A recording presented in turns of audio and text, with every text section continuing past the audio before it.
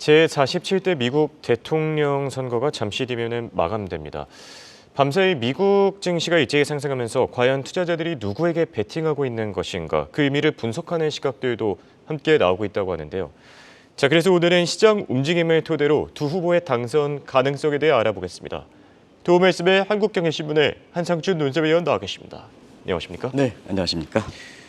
자, 먼저 반가운 소식부터 전해야 될 것 같은데요. 밤사이 3대 지수가 일제히 올라줬습니다. 아무래도 이 우려와는 다르게 경계감보다는 기대감이 조금 더 컸던 것 같은데 어떻게 보셨습니까? 네, 시장 움직임을 가지고 당일날 분석하는 게 의미가 크지 않냐 하는 생각이 드는데요. 예.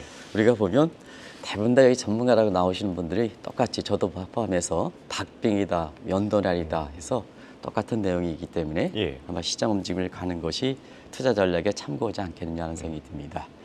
그리고 혼탁스럽습니다. 그렇죠. 뭐 박빙이다 아닌데요. 우리나라는 더 혼탁스럽죠. 근데 대학 교수들이 지금 시국 선언이다 이런 건 지금 시점상으로 바람직스럽지 않지 않냐 생각합니다. 또 한 가지는 금투세 폐지 문제로 어제 예. 좀 주가가 소폭 떨어졌다고 이게 하루짜리다 이런 식으로는 오늘 주가가 미국 주가가 올라갔으니까 어떻게 해석할 것이냐 이런 것도 시장을 더 혼란스럽게 한다 이렇게 보시면 되겠습니다. 그렇죠. 일단 오늘 미국 증시 시원하게 올랐습니다. 예. 사실 대선 과정에서 피습이라든가 이런 걸 이렇게 볼 때에는 굉장히 혼탁스러웠죠. 그렇죠. 지금까지 그렇게 선거가 진행하는 걸 보면 굉장히 이렇게 순조롭게 진행된다 하는 것이 현재의 그 분위기이기 때문에 아마 투자적인 측면에서는 3대 지수가 많이 올랐습니다.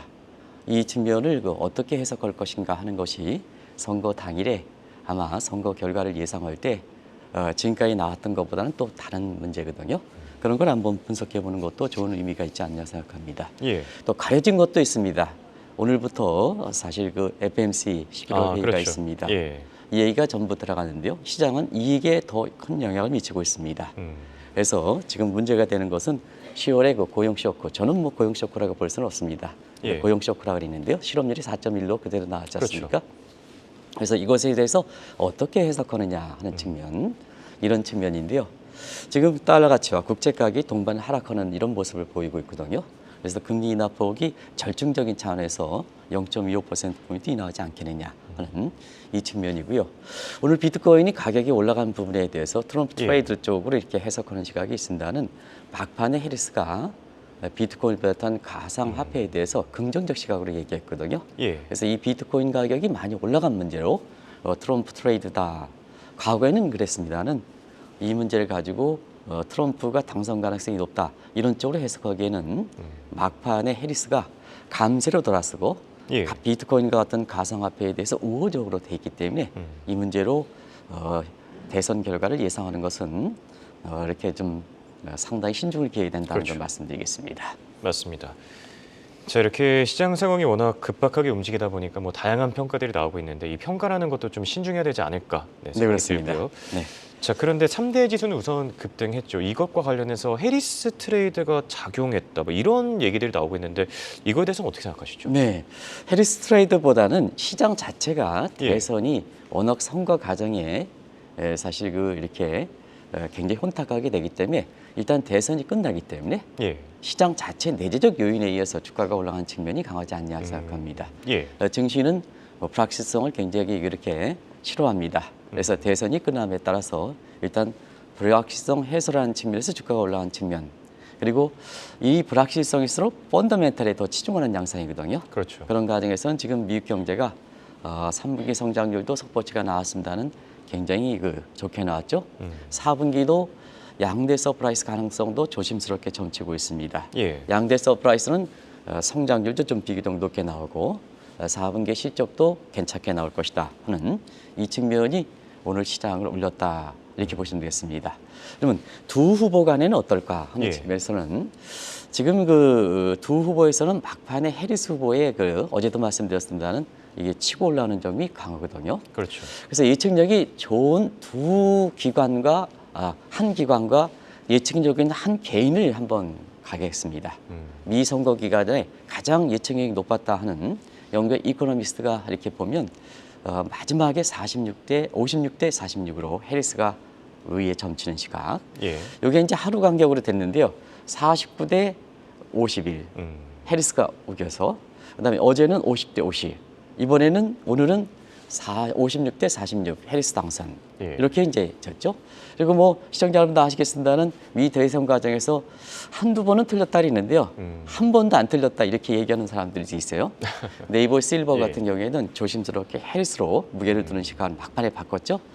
이런 점이 불확실성을 싫어하는 비증시 입장에서는 예. 해리스의 당선 가능성을 좀 선호하는 게 아니냐, 월가에서 그 바르는 게 아니냐 하는 예. 측면, 그런 측면이 증시에 반영됐다 이렇게 보겠습니다. 알겠습니다. 자, 그리고 앞서도 얘기해 주셨지만 이번 선거와 관련해서 뭐 너무나 많은 수식어들이 붙고 있습니다. 네. 초박빙, 초접전, 뭐 면도날, 뭐 다양한 얘기들이 나오고 있는데, 자, 그만큼 뭐 어려운 선거기 때문에 그렇지 않을까 생각이 들기도 합니다. 심지어 이번에는 뭐 상하원 이 내용도 중요하지 않겠습니까? 네, 오히려 47대 대통령 그 선거에서는 선거 후보자들이 너무 상처를 받았기 때문에 예. 의회 구도에 의해서 미국의 정부가 흘러가지 않겠느냐 하는 이런 시각에서 이번에 그 대통령직에만 초점이 돼 있습니다는 현재 분위기는 상원에 누가 차지할 것이냐 하는 그렇죠. 측면에도 예. 굉장히 관심이 된다는 것을 말씀을 드리겠습니다. 아시겠지만 이번은 대통령을 뿐만 아니라 상원에 30일, 근데 이번은 6년 선거해입니다. 예. 100명이니까 3분의 1씩 나누면 33명인데 우리가 윤달이 있지 않습니까? 그렇죠. 윤달은 29에 31일 이렇게 되죠. 근데 한 명이 더 뽑아서 34명을 뽑니다. 그리고 하원은 뭐 집권 임기 2년이니까 전부 교체가 되는데요. 예. 지금 상태에서 이렇게 보면은 새로운 용어가 나오죠. 더블 플립이라는 얘기가 나오고 있습니다. 시청자 여러분, 더블 플립 얘기를 한번 예. 처음 나온 얘기이기 때문에 40대 정부는 의회에서 많이 나갈 것이다 하는 이 측면을 좀 말씀드린데요. 자막이 이거 안 들어가겠네요. 이 처음 나오는 용어이기 때문에 시청자분과 함께 더블 플립이라는 얘기를 하겠습니다. 이게 230년 만에 기적이 일어날 것이냐 하는 것이 이 워싱턴 정가를 중심으로 해서 상당히 관심이 되고 있는데요. 예. 플립은 아시겠죠? 플립은 그렇죠. 뒤집히다. 예, 뒤집히다. 뒤집히다. 그러면 더블은 두 번 뒤집히다. 그럼 어떻게 될 것이냐? 현재 구도는 상원은 민주당, 하원은 공화당입니다. 근데 이번 그 선거를 통해서 상원은 공화당으로 바뀌고 예. 그다음에 하원은 민주당으로 바뀐다. 이게 이제 더블 플립이 되겠죠. 그렇죠. 이거는 대통령직과 관련해서 미국의 이 존립 정부가 될 것이냐, 존립 대통령이 될 것이냐, 실권을 갖고 있는 대통령이 될 것이냐, 민주주의가 어떻게 될 것이냐, 미국이 선진국으로 될 것이냐 하는 측면에서 미 국민들의 어떤 시각을 보여줄 수 있는 대목이기 때문에 굉장히 관심이 높고 있습니다. 그런 과정에서 대통령직과 함께 지난번에 알아왔던 4대 시나리오를 다음 질문에서 좀 말씀드리도록 하겠습니다. 알겠습니다. 자, 다음 내용 넘어가기 전에 속보가 몇 개 떠가지고 잠시 짚고 넘어가겠습니다. 우선 AI 기대주였었죠. 슈퍼 마이크로 컴퓨터가 실적을 발표했는데요. 네, 생각보다 좋게 나오지가 않았습니다. 시간 외 현재 10% 넘게 급락 중이고요. 자, 향후 뭐 상장 폐지되지 않겠냐, 이 회계 감사와 관련해서 제대로 된 내용을 내놓지 않으면은 상장 폐지될 우려까지 있다라는 내용도 나오고 있고요. 자, 그다음에 쿠팡과 관련된 속보도 나왔습니다. 쿠팡 굉장히 좋습니다. 어닝 서프라이즈를 기록했고요. 현재 시간 외 거래에서 52주 신고가 경신 중인 점 참고하시면 좋을 것 같습니다. 자, 방금 전 더블 플립에 대한 얘기를 해주셨습니다. 월가에서도 더블 플립에 이 환영하는 것은 그만큼 47대 미국 정부가 좀 안정적으로 흘러갈 가능성이 높기 때문 아닙니까? 네, 슈퍼 마이크로의 주가가 오늘 급락하는 건 당연한 일입니다. 미국의 현지 분위기와는 증시 분야는 다르다 이렇게 보시면 되겠습니다. 예. 회계 부정이기 때문에 과거 앨런 사태라든가 이런 측면에서는 증시 분위기가 다뤄가려는 입장이거든요. 그렇죠. 그래서 시간에 급락했기 때문에 이 속보 처리가 되다 보니까 우리 투자자 입장에서는 우리 증시라든가 이런 측면의 의미가 클 거로 이렇게 분석하는 시각이 있습니다는 사실은 과거의 회계 주범 상태를 보면 그렇죠. 증시 분위기가 다르다 하는 것을 제가 오랫동안 이렇게 국제금리 시장에 종사하기 때문에 말씀드리고요. 사실은 대통령직과 앞서 말씀드린 같이 더블 플립과 관련돼서 말씀드리면 4대 시나리오는 다 아실 생각합니다. 이건 간단히 줄이겠습니다. 그래서 지금 관심이 됐던 것이 트럼프 트리플 크라운. 이 문제는 좀 막판에 헬스가 올라가기 때문에 상당히 지금 가능성이 줄어드는 것 같습니다. 그래서 뒤쪽에 해리스 트리플 크라운, 이것도 가능성이 좀 줄어드는 것 같습니다. 만약에 트럼프 트리플 크라운이라든가 해리스 트리플 크라운이 되면 박빙이 아니겠죠. 그렇죠. 예. 초박빙이 면도날이 아니겠죠. 예. 그래서 트럼프 더블 크라운과 해리스 더블 크라운이 이번에 가능성이 높다는 것을 말씀드리겠습니다. 그런 과정에서 트럼프 더블 크라운의 가능성, 이 측면에 있어서 보면 사실 이것도 미국 입장에서 보면 사실 그 집권을 안정적으로 가는데 상당히 도움되는 구조입니다. 예. 사실 그 독점하는 것보다는 이렇게 서로 나눠가는 게 좋거든요. 그렇죠. 예, 맞습니다. 그런 측면에서 이렇게 보면은 해리스의 그 더블 크라운이 월가에서 가장 그 이렇게 바라는 사항인데요. 자, 해리스가 대통령이 당선되고 상하원에서 사실 그 더블 플립 현상이 나타나면 예. 하원은 민주당이 가져간다는 얘기거든요. 하원은 뭐냐? 예산권이 갖고 있는 사항입니다. 그렇죠. 재정적인 문제에서 어제도 이제 말씀드렸습니다는 사실 그 47대 정부에서는 재정 적자 국가 채무 문제가 가장 큰 이슈가 되지 않습니까? 예. 그러면 대통령직을 해리스가 가져가는 상태에서 하원에 이렇게 그 예산권을 다른 당에 댔을 때는 좀비 정부가 되는 거고요. 그렇죠. 이거를 가져갈 때는 트럼프든 아니면 해리스든 강한 정부가 될 것이다. 이렇게 보시면 되겠습니다. 그런 과정에서 이번에는 대통령직 이렇게 박빙 상태에 이것만 초점이 되어 있습니다는 오히려 미국의 증시라든가 아니면은 집권의 어떤 구조라든가 지금 갈기갈기 찢어져 있는 미국 사회 문제라든가 이런 거를 갈 때는 사실 그 의회와 같이 이렇게 보는 시각이 중요하다 하는 측면에서 미국의 그 정가라든가 학계청에서는 예. 오히려 상원을 누가 가져갈 것이냐 하는 이 측면에 더 관심이 되고 있는 이런 상황이다 이렇게 됐습니다. 네.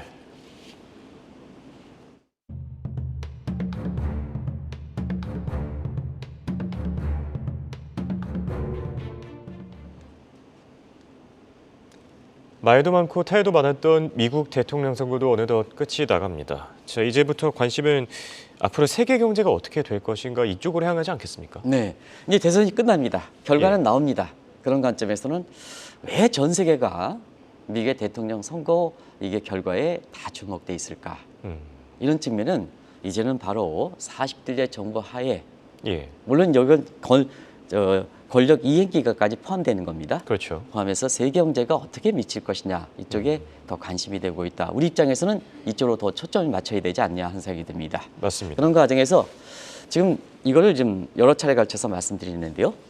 사실 양대 구도는 미국과 중국이 되겠죠. 뭐 아까 그 YTN인가요? 시진핑은 누구한테 투표할까 하는 그게 아마 예. 가장 아마 대선의 특집으로 온다면 굉장히 하이라이트를 잡은 게 아닌가 하는 생각도 듭니다. 예. 그래서 향후에 보면 미국과 중국과의 어떤 관계가 됐냐 시청자분도 같이 한번 생각해 보겠습니다. 디커플링 신냉전이 되겠죠. 그다음에 시간이 좀 상당히 늦게 시작해서 간단 줄이겠습니다. 공전은 차이메이커 시대, 지역별 그다음에 국가별로 분권화 시대, 그리고 모두가 좋아하는 다자지 시대, 무정부 상태인 서브 제로 시대 이런 5가지 가능성을 얘기를 하는 것 같습니다. 예. 이미 대선 결과를 나왔다 해서 그에 예상하는 시각에 대해서는 이런 쪽이 한국 경제 입장에서 더 중요한 게 아닌가 생각합니다. 자, 그러면 대선이 끝나면 어떤 구도로 갈 것인가 하는 측면은 미국과 중국 간의 대립 구도는 지속 속에 예. 사실 각국들이 각자 도생하는 분권화 시대 자막이 그 뒤쪽에 나오겠습니다는 그래서 이 용어를 중층적 분권화 시나리오입니다. 이건 제가 만든 게 아니고 예. 대선이 끝나고 나서 세계 경제 보습에서 세계 경제에 미치는 영향을 분석하는 시각이기 때문에 중증적 분권화 시나리오, 우리 정책 당국자라든가 기업의 경영하는 입장에서는 굉장히 중요한 용어가 아닌가 생각합니다. 그래서 어느 한 방향을 하지 않는다. 이제는 뭐냐 중증적 분권화 시나리오가 된다. 그러면 중증적 분권화 시나리오가 될 때는 자, 뉴 노멀에서 뉴 앱노멀, 미래 예측까지 어렵다는 얘기입니다. 예.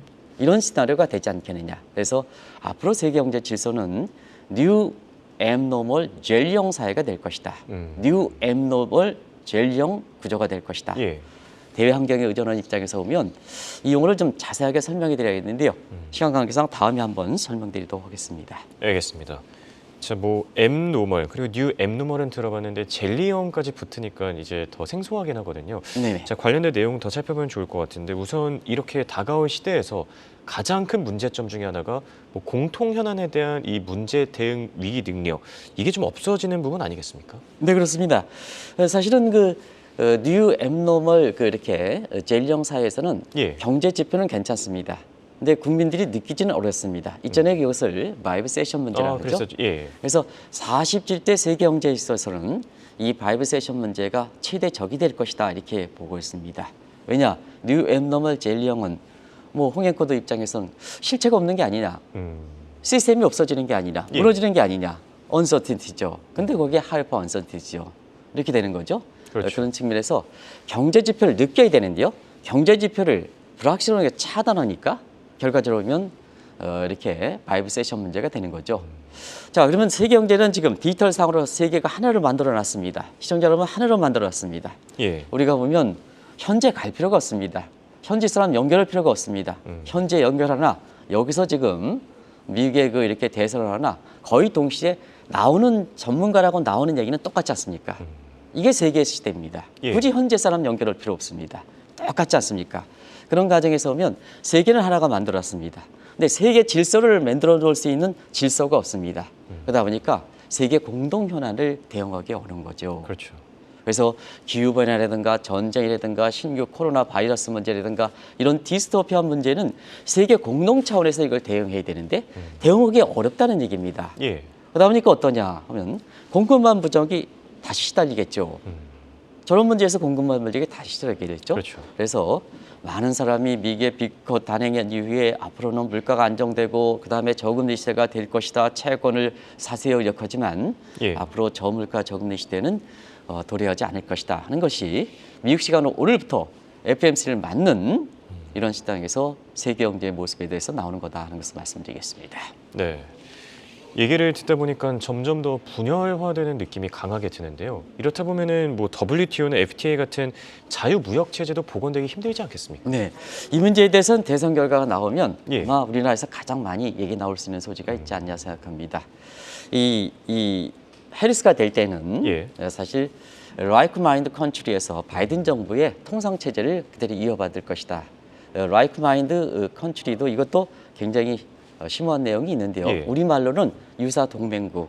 그래서 세계 경제 질서보다는 이해관계가 있는 사람끼리 복잡하게 할 수 있다는 얘기입니다. 예. 나랑 이제 홍영과랑 이렇게 한다 하더라도 예. 이거 관계를 맺고 또 새로운 이해관계가 있으면 여기 합의된 사항과 관계없이 김치영 PD랑 새로운 이슈가 있으면 거기랑 또 똑같은 현에서 갖는다는 얘기입니다. 그러다 보니 세계 공동규범이 없는 거죠. 예. 이게 바로 TIPF라든가 EPA 같은 이코노믹 파트너십 문제다 이렇게 됐습니다. 예. 그래서 우리가 WTO라든가 FTA라든가 하는 기존의 자유무역을 지향하는 통상체제는 무력화될 것이다. 이미 무력화되고 있습니다는 예. 무력화될 것이다 이렇게 보시면 됐습니다. 그래서 이 하나하나의 IRA라든가 이런 하나의 내용들이 다 여기 구도에서 어떻게 대탄생할 것이냐 하는 것도 시간을 갖고 말씀드리겠습니다. 예. 근데 트럼프가 재집권했을 때는 이 TIPF라든가 그다음에 EPA 같은 이런 것도 무력화될 것이다. 아. 국수주의 아주 국수주의가 될 것이다. 예. 그래서 트럼프는 동맹국한테 우리나라에서 무릎 꿇고 오시오. 기존 질서 없습니다. 무릎 꿇고 오시오. 방위비 내시오. 무릎 꿇고 내시오. 이런 것으로 시스템이 될 것이다. 이렇게 보시면 되겠습니다. 네. 얘기를 듣다 보니까 이 상황에 맞춰서 우리도 이 다양한 시나리오를 좀 준비해야 되지 않을까 생각이 드는데요. 자, 이렇게 이 뉴 앱노멀 젤리형 시대에서는 앞으로 뭐 선진국과 뭐 신흥국 이 권역별 성장률은 큰 의미가 없을 것 같고 뭐 양극화 같은 것도 더 심해지지 않겠습니까? 네. 이 문제도 간단히 말씀드리면 세계가 하나이기 때문에 예. 하나의 성장률만 있다 이렇게 보시면 됐습니다. 그래서 세계 경제 성장률 각 주죠 그런 측면에서 지금 한번 보겠습니다. 뭐 권역별 성장률, 뭐 선진국 성장률, 신흥국 성장률 이게 의미가 없는 시대가 된다 이렇게 보겠습니다. 성장률이 낮다 해도 잘 나가는 국가는 잘 나가는 거고 예. 성장률이 높다 해도 못 나가는 거는 못 가다 이렇게 보시면 되겠는데요. 그 대표적인 게 뭐 거시경제에서 경기순환 사이클이라는 게 없어지는 거죠. 그렇죠. 좋다가 나빠지다. 이게 이제 비즈니스 사이클인데요. IMF라든가 이런 것은 40대 대선을 맞는 세계 경제 모습에서 보면 세경제 성장률이 자 2023년에도 3.2%, 올해도 3.2%, 내년에도 3.2% 받지 않습니까? 이런 예. 국면이다. 그래서 성장률의 무력화 시대. 그래서 항상 뭐냐 경제 지표 가지고 많이 얘기하는데요. 경제 지표가 국민들한테 어떻게 체감하느냐 이런 문제가 되지 않겠나를 보고 있습니다. 그래서 사실 이런 시대가 되는데요. 예. 문제는 그렇습니다. 이번에 경제 지표는 좋다 하더라도 사실 바이든 대통령 정부에서 보면 그 후보에 해당되는 해리스 후보가 고전을 했지 않습니까? 물론 그렇죠. 막판에 선전을 하고 있지만, 근데 이번에 올해 대선 선거를 치르는 과정에서 보면 예. 최고 통수권자들이 전부 뭐냐 순환이 됐죠. 교체되거나. 예. 그러니까 앞으로 뭐냐? 앞으로는 경제 지표가 좋다도 국민이 느껴야 된다는 얘기거든요. 그러면 국민이 느낀다는 측면에서는 40대 이렇게 미국의 대선을 맞는 세계 각국의 통수권자들은 누가 되더라도 그게 좌파가 되든 우파가 되든 누가 되더라도 굉장히 곤혹스러운 시대가 된다. 앞으로도 곤혹스러운 된다. 그래서 국가의 대통령 최고 통수권자가 국정을 리드하는 적은 상당히 줄어든다. 그리고 반면에 재정정책이나 통화정책은 국민들의 파고드는 프레임에 갇히지 않고 예. 프레이밍 이펙트를 중시하는 파고드는 정책을 해야 된다. 금리를 변경하고 뭐고 이렇게 보다는 파고드는 질적 선별적 정책을 통화정책에 추진해야 된다 하는 의미를 갖고 있다. 내일 다시 추가적인 사항을 좀 말씀드리겠습니다. 알겠습니다. 그만큼 국민의 소리를 잘 들어야 하는 시대가 오고 있지 않나 생각이 듭니다. 지금까지 도움 말씀의 한국정의신문의 한상춘 논설위원이었습니다. 대단히 고맙습니다. 네, 고맙습니다.